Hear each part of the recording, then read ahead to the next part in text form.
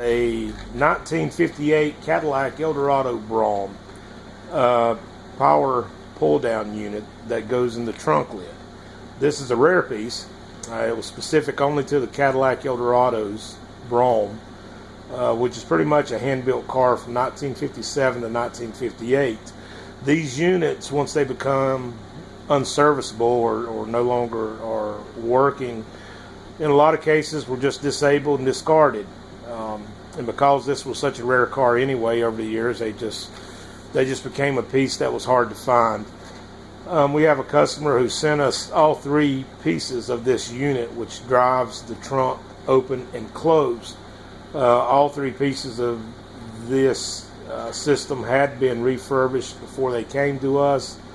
They weren't operating correctly, and we were asked to go through them and get all of it right because it is such a rare piece.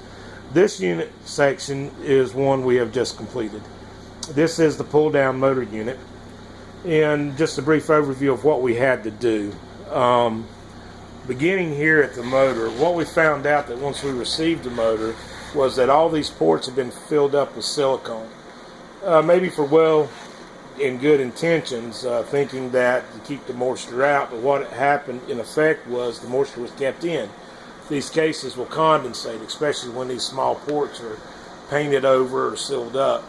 And that's what happened. The points corroded inside. We weren't getting adequate voltage through the system, so we had to tear it all apart. We had to pull the motor apart, rework our bushings, rework the drive line, redo the point system inside all this, and basically put it all back together. While we're in there, we also put the correct gauge wire to the open and close drive of the motor. This is a new ground system that comes off the points. Redid all it. And polished the casing simply because this unit relies extensively on ground to trigger a relay system that operates all the units in sequence. Coming around in this area, this is the drive box area of this unit. And we had to also pull this screw out, which drives this screw here, and clean it. There was some debris. It wasn't terrible. But we re-lubricated everything and just reassembled it and got it to where it should be. Also went through and cleaned this screw drive out here. It wasn't bad either, but it was just necessary so this thing will function for another 50-60 years, to clean out all the hardened grease in the grooves, and we did all that. We had to go through what this section here, this is called a limit switch, and this actually is what tells this unit when to operate or when to stop operating, whether it be to open or close the trunk lid. And though it was functioning, there's a small piston inside here that requires contact to be made across poles in order to drive the motor either in an open or closed fashion. And it was pitted pretty bad. I don't know how much longer it would have lasted. So we went ahead, pulled it apart. We filled in all the pits and crevices with solder and sanded them and polished them and got it working the way it should work. So it should be good for another 50-60 years. At the same time, we corrected all the tabs and the leads. We added this lead here. This is a green wire with a white tracer, which is designed to give the driver of the vehicle an idea if his trunk lid is opened or closed properly, and also runs and powers a compartment light in the trunk. This unit, we received it, these parts weren't on it. This is the power lead. This is, I know it's black in 1958, that's the color they used for a power lead. All this wiring is correct OEM color and gauge.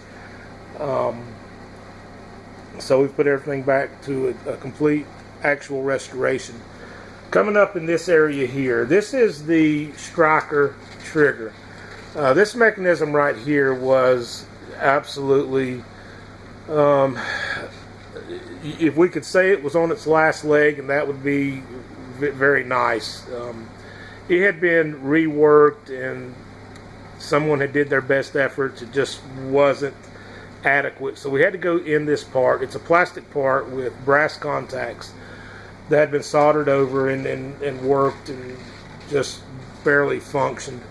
So we had to tear it all apart, go back in it, disassemble it, fabricate some parts, some tabs, and some bushing systems to convey power from the brand new power leads we put on it down to the drive for the motor. It all runs through this. This is a plastic part from 1957-58 that does not exist.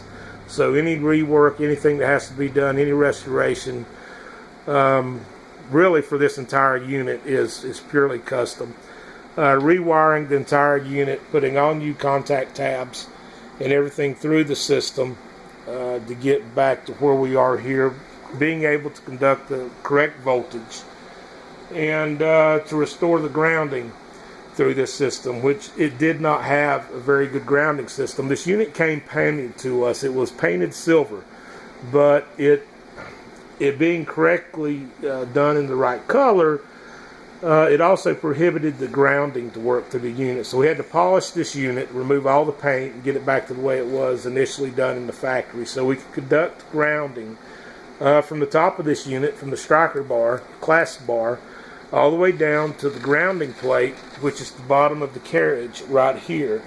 And everything just had to be polished out so we could get a good ground through the entire system. And we've done that. Zero resistance, so we have a perfect circuit.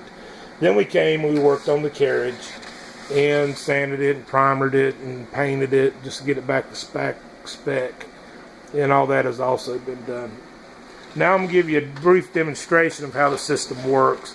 I'm going to hook up power to the power lead, and I'm going to hook up a ground, just put a ground clip on this grounding tower here.